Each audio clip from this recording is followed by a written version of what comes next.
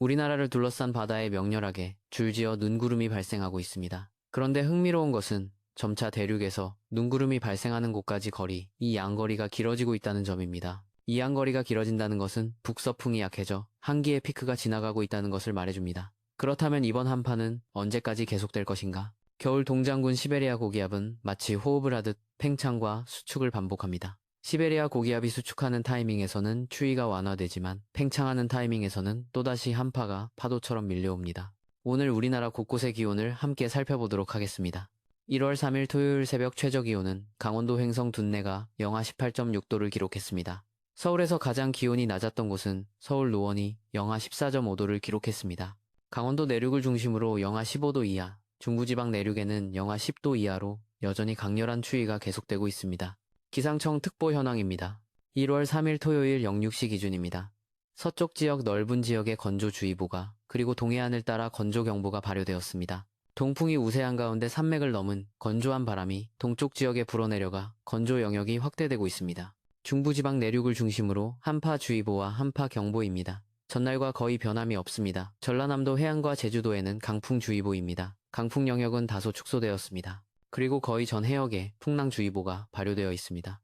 대설특보는 해제되었지만 여전히 우리나라에는 위험 기상 4종의 기상특보가 모자이크되어 있습니다. 1월 3일 토요일 12시입니다. 중국 쪽의 시베리아 고기압에서 떨어져 나온 이동성 고기압이 있습니다. 일본 동쪽 해역에 저기압이 있습니다. 이렇게 해서 서구동저 기압 배치가 유지되고 있습니다. 고기압이 다가와 우리나라를 둘러싸고 있던 눈구름은 사라졌지만 차가운 한기는 그대로입니다. 우리나라 겨울철 날씨 특징은 사만사온으로 알려져 있습니다. 시베리아 고기압이 주기적으로 팽창과 수축을 하면서 7일 주기에 사만사온이 반복됩니다. 그러나 최근은 열흘 넘게 기록적인 한파가 이어지는 등 사만사온의 리듬이 깨지고 있습니다.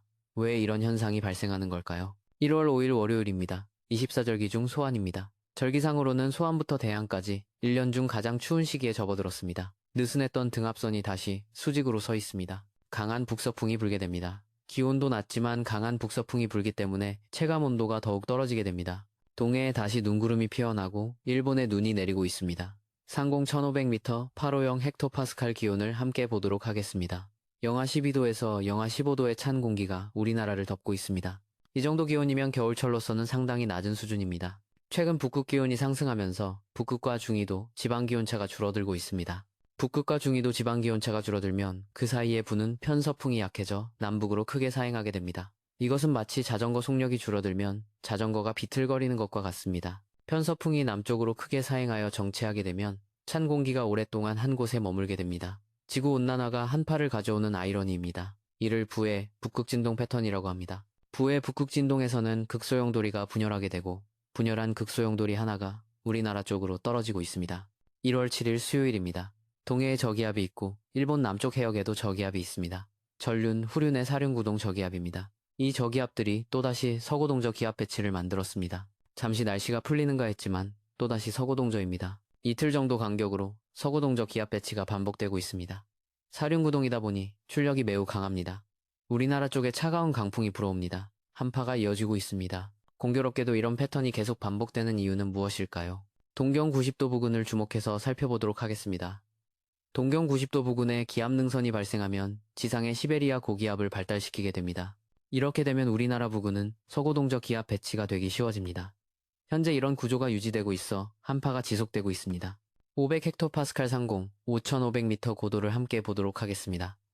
우리나라 부근은 고도가 낮을 것으로 예상되고 있습니다.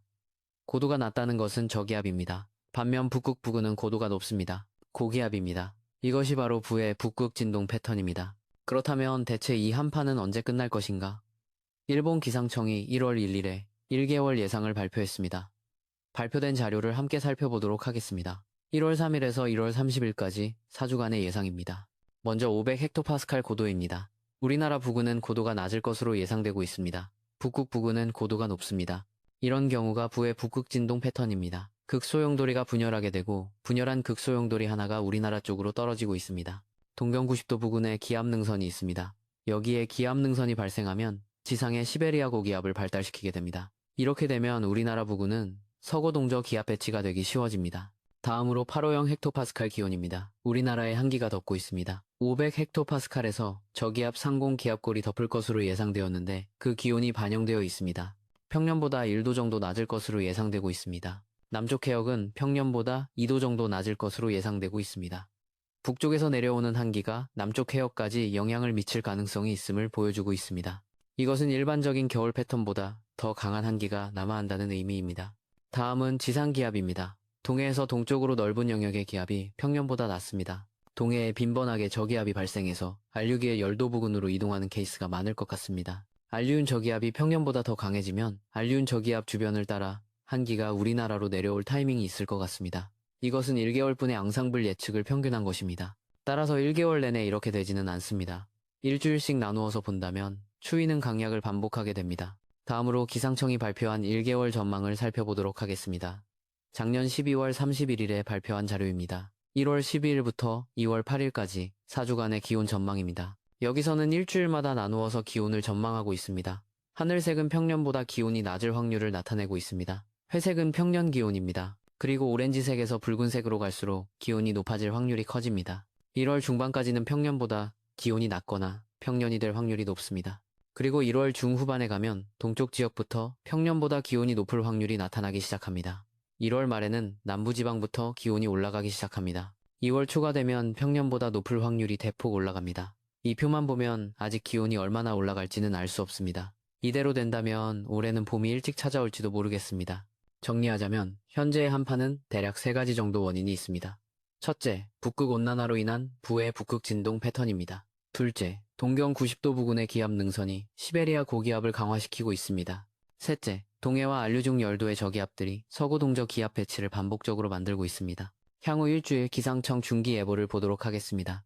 1월 4일부터 1월 10일까지입니다. 최저기온은 영하 10도에서 영하 5도 사이, 최고기온은 영하 2도에서 영상 3도 사이로 예상됩니다.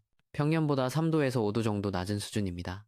1월 중순까지는 강한 추위가 계속될 것으로 보입니다. 두터운 외투가 필요할 것입니다. 특히 아침 저녁으로 체감온도가 크게 떨어지므로 건강관리에 유의하시기 바랍니다.